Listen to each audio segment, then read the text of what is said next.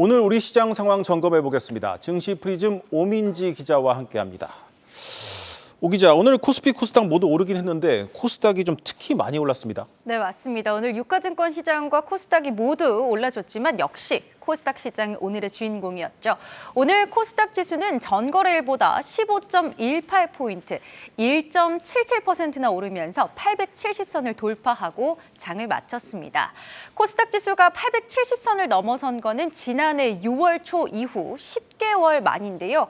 특히 외인과 기관이 순매수를 보이면서 상승장을 이끌었습니다. 좀 자세히 살펴보면요. 코스닥 매매 주체를 봤을 때 이 외국인과 기관이 각각 1,648억 원 또 680억 원을 순매수했습니다. 반면에 개인이 2,408억 원, 2,000억 원 넘게 이 매도를 했죠. 개인이 코스닥 시장에서 2,000억 원 이상 순매도를 한 거는 지난 3월 17일 이후 13거래일 만에 처음인데요. 최근 들어서 개인의 순매수 행진을 지켜보던 외국인이 개인들의 매물을 좀 받아내는 모습입니다. 그러면서 지수가 올라갔다는 점에서도 배경이 좀 주목되는 부분입니다. 유가증권 시장에서는 기관이 3,015억 원을 홀로 순매수하면서 상승세를 만들었고요. 개인과 또 외인이 각각 2,761억 원, 또 186억 원 순매도했습니다. 코스피가 다시 2,500선에 가까이 접근을 했는데요. 두 차례 저항선으로 작용했던 이 2,500선 돌파 여부가 다시 주목받고 있습니다. 이 다소 부침은 있지만 연초 대비해서 시장이 어느 정도 올라온 것 같은데 1분기 결산을 해보자면은 이게 지금 얼마나 올라온 수준입니까? 올해는 그래도 상승 추이를 보이면서 투자자들의 기대감이 많이 높아지고 있는 양시장입니다. 한번 살펴보겠습니다. 유가증권 시장의 경우는 코스피가 연초 대비 12.07% 올랐는데요. 이마저도 굉장히 좋은 거지만 코스닥의 경우는 30%나 올라줬습니다. 코스닥 지수를 추종하는 레버리지 상품들의 수익률도요. 연초 대비 굉장히 많이 뛰었습니다. 구체적으로 살펴보면요. 타이거, 또 코덱스 등 코스닥 150 레버리지 상품들 수익률 보시는 것처럼 굉장히 높습니다. 65%를 넘어서고요. 70%에 가까운 수익률도 나오는데요. 이렇다 보니까 코스닥 상장을 좀 준비하고 있는 IPO 소식들도 속속들이 나오고 있습니다. 마이크로 투 나노, 또 토마토 시스템 등 이번 달에 스펙 상장을 제외한 5곳에서 이 코스닥의 상장을 준비하고 있습니다. 이제 투자자들이 좀 서서히 돌아오고 있는 모습은 반갑습니다. 이제 2분기가 이제 본격적으로 시작됐는데 이 분위기는 뭐 괜찮은데 이게 앞으로 계속 이어질 수 있을까요?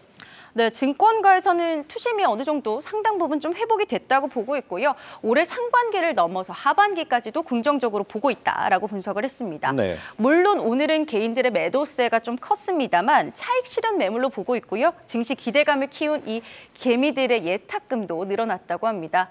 이 경기 침체에 대해서 과도한 우려감이 어느 정도는 해소가 됐고 금리 인하에 대한 기대감도 영향을 미쳤다는 건데요. 자세한 내용 정호진 기자가 취재했습니다. 주식시장이 계속해서 힘을 못 쓰자 올해 1월 투자자 예탁금은 43조 원까지 떨어졌습니다. 지난 3월에는 미국 실리콘밸리 은행의 파산과 크레딧 스위스의 뱅크런까지 겹치면서 시장을 빠져나갔던 개인 투자자들이 시장으로 돌아오고 있습니다. 이번 주에는 고객 예탁금이 50조 원대로 올라서면서 지난해 9월 수준으로 복귀했습니다.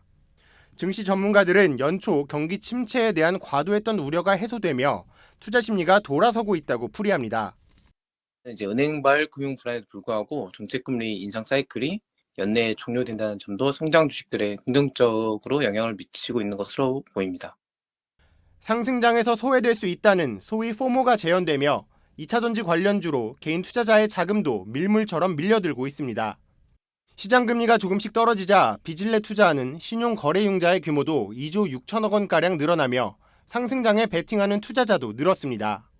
특히 에코프로비엠 등은 코스피 종목보다도 더 많은 돈이 들어왔는데 올 들어 약 2조 원의 개인 투자금을 빨아들였습니다. 전문가들은 최근 증권시장의 상승세가 단기적인 투기성 상승에 그치지 않고 상고하고 장세로 이어질 것으로 내다봅니다.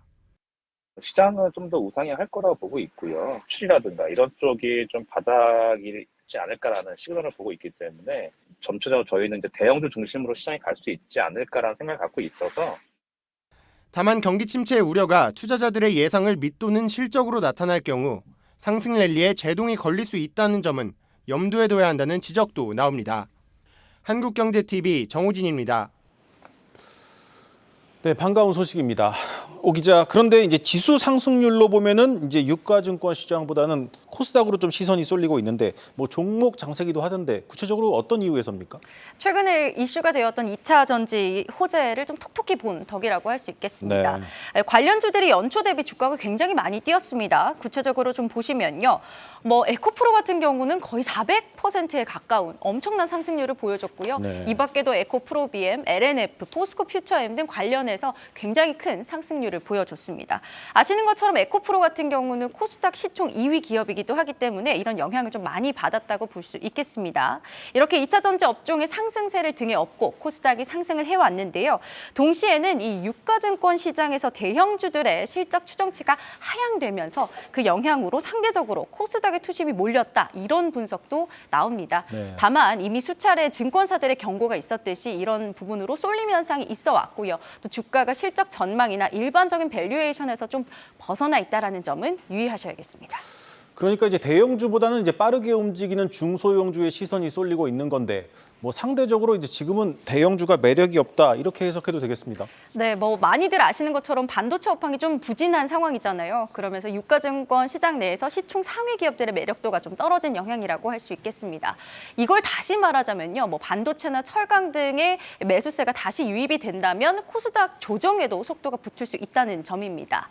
2차 전지가 또 집중적으로 코스닥의 상승을 견인했다라는 점도 경계해야 할 요소입니다. 2차 전지의 약발이 끝나게 되면 이 코스닥 지수도 타격을 입을 수 있다는 점입니다. 특히 2차 전지 업종이 좀 기대감이 과열됐다 이런 지적이 나오는 만큼 펀더멘털적으로 뒷받침이 될 수 있는지까지도 챙겨보셔야 한다는 게 전문가들의 분석입니다. 네, 여기까지 듣겠습니다. 증시 프리즘 오민지 기자였습니다.